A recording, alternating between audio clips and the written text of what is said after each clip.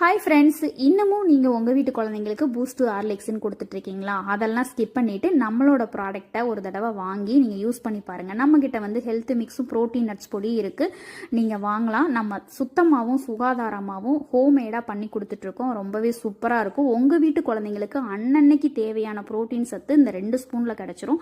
நான் போட்டு கொடுக்குற மாதிரி இந்த மாதிரி ஸ்மூத்தியாவோ இல்லை பாலில் சூடான பால்லையோ கலந்து கொடுங்க.